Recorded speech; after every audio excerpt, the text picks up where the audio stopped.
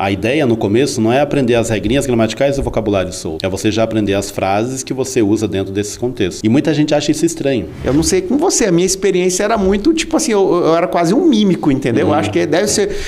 No começo eu fazia muita mímica também. Eu queria que você falasse um pouco dessas respostas corporais, porque assim, na verdade a linguagem, de uma certa forma, corporal, ela é meio que universal, né? E a gente usa... Salvo algumas exceções, mas tudo bem.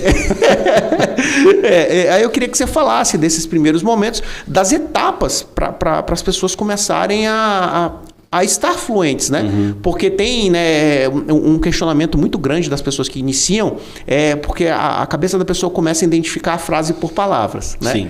E aí eu queria que você falasse, transcorresse tudo o que acontece dentro da naturalidade para as pessoas não burlarem o processo, não achar que tá indo lento. Quais são os processos para o entendimento do inglês? Então vamos lá. Aí a gente tem vários não, a gente tem imaginar dois cenários diferentes, né? Você certamente já deve ter ouvido falar que tem que aprender como uma criança.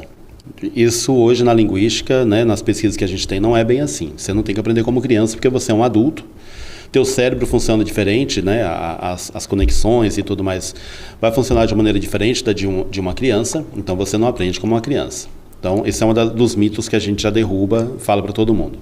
Você não vai aprender inglês como uma criança, você vai aprender como um ser humano adulto que já tem uma língua instalada no teu cérebro, que é a sua língua materna, o português, e você tem que usar isso a seu favor. Pronto.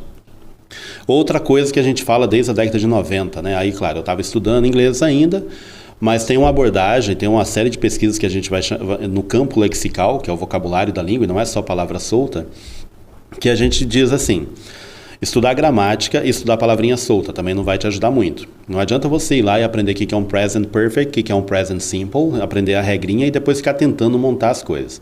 Isso para um adulto. E decorar palavras também não adianta. Do que me adianta saber que a tampa dessa garrafa aqui em inglês é cap, que a garrafa é bottle, que o microfone é mic ou microphone. Tipo, eu não falo por pedaços, né? Ninguém se comunica TV set, table, cell phone. Ninguém se comunica assim. Então, para o adulto hoje, qual é o processo, qual é a etapa? É você aprender por situações do cotidiano. Então, você vai pensar primeiro, o que eu posso falar sobre mim? Isso é uma situação. Se eu estou aqui contigo agora, no começo eu tive que me apresentar, falar um pouquinho do meu trabalho. Como é que eu falaria isso em inglês? Então, como é que você se apresentaria em inglês? Que você é casado há tanto tempo, que faz tal coisa, que gosta disso e daquilo outro, que não gosta de não sei, você tem que aprender essas coisas. Como é que você pede informações na rua? Como é que você se comunica dentro de um restaurante? Então, a gente não aprende mais, né? A ideia no começo não é aprender as regrinhas gramaticais e o vocabulário solto. É você já aprender as frases que você usa dentro desses contextos. E muita gente acha isso estranho. E o que a gente prova para as pessoas que isso é verdade é que quando você começa a fazer um curso de inglês, primeira aula, você não aprende palavras soltas e nem gramática, você aprende frases. What's your name? Where are you from? How old are you? Good morning, good evening, thank you very much. Você está aprendendo frases usadas em contextos específicos. Por que depois você não continua aprendendo dessa maneira? Então, as pesquisas hoje mostram isso.